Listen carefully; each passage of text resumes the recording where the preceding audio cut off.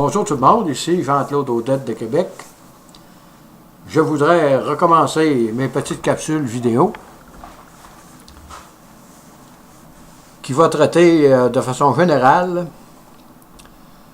du long chemin parcouru pour en arriver à la relativité générale de 1915 d'Albert Einstein. D'abord, je voudrais commencer par James Clerk Maxwell, cet Écossais qui, autour des années 1870, avait réuni toutes les connaissances de l'époque, telles que Faraday, Ampère et tous ces types-là qui avaient travaillé sur l'électromagnétisme et la lumière, en une série d'équations. Et il en arrivait à la conclusion que la vitesse de la lumière était finie. Mais ça, c'était contraire à ce que Galilée et Newton ont toujours pensé, que l'addition des vitesses devait exister même avec la vitesse de la lumière. Parce que c'était une chose qui était acceptée depuis peut-être 400 ans, ça, cette histoire-là, depuis Galilée, que les vitesses s'additionnaient. Et c'est sûr que dans ces années-là, le monde était sceptique avec les équations de Maxwell, qui lui avait affirmé que la vitesse de la lumière devait être finie. Et tous les scientifiques de l'époque, la plupart des scientifiques de l'époque ne croyaient pas que la vitesse de la lumière serait finie. Et qu'il y en a qui disaient que probablement que Maxwell n'est pas correct. Et il y a eu les deux Américains, Michelson et Morley, qui eux ont tenté de déterminer, ça c'est dans les années 1880, ils ont réussi ça en 1887, ils ont travaillé 7-8 ans là-dessus, pour essayer de prouver que la vitesse de la lumière, on pouvait additionner une vitesse avec son interféromètre. Et en additionnant des vitesses, suivant on parlait à cette époque du vent d'éther, parce qu'on ne pouvait pas concevoir que la lumière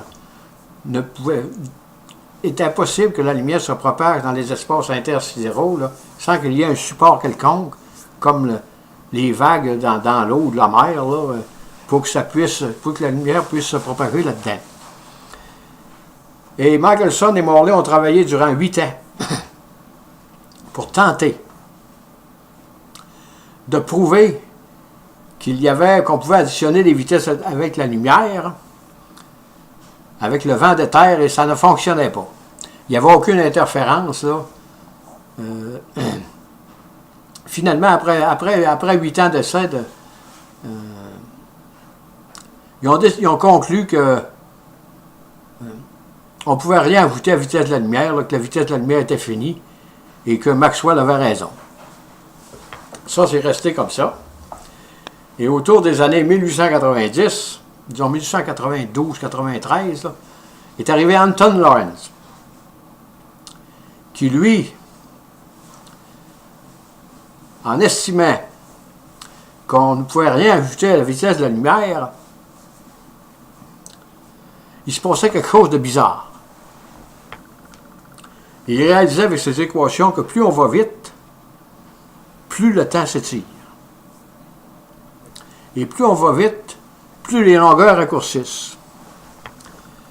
Et c'est à ce moment-là que Lorentz, Henri Poincaré, Poincaré, c'est un genre de génie universel, il touchait à tout. Il était un mathématicien, c'était un physicien, il était complètement exceptionnel. Et lui, avec Anton Lorentz, a collé les équations de Lorentz aux équations de Maxwell. Et là, il y avait une ambiguïté parce que Poincaré a toujours pensé que l'espace était absolu. Il y avait le temps absolu, comme dans le temps de Newton. Et il n'a pas franchi le pas. Et aussi, Poincaré, à cette époque, avait trouvé tous les éléments de la formule 1 égale mc2, mais il ne l'a pas exprimé. Fait qu'un coup que la relativité restreinte était passablement établie, que, pas la relativité restreinte, mais les équations de Lorentz étaient vraiment, c'est ce qui se passait réellement dans la nature, là, qu'on ne pouvait rien ajouter à la vitesse de la lumière. En 1905, Albert Einstein est arrivé avec la relativité restreinte. Là, c'est à partir de cette date que les lois de la physique ont changé énormément. Il n'était plus question de Terre pour la propagation de la lumière. La lumière, c'est un onde électromagnétique. Elle n'avait pas besoin d'éther pour se propager dans les espaces intersidéraux.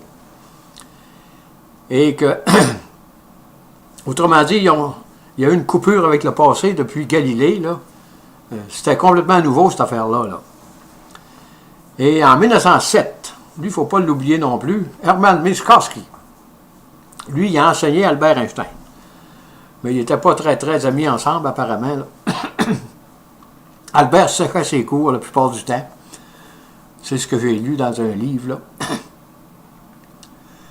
Et Hermann Minkowski a émis l'hypothèse que l'espace-temps, désormais, était une dimension dont il faudra toujours tenir compte.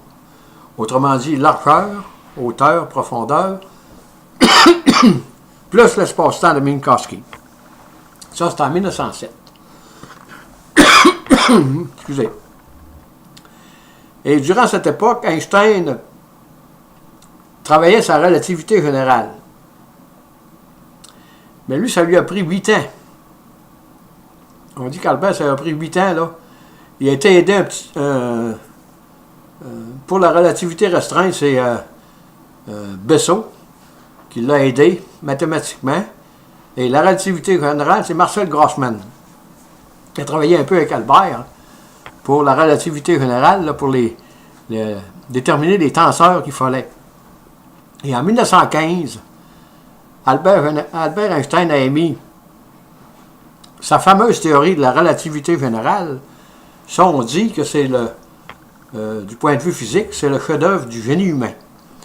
Évidemment, la relativité générale, aujourd'hui, est appliquée partout.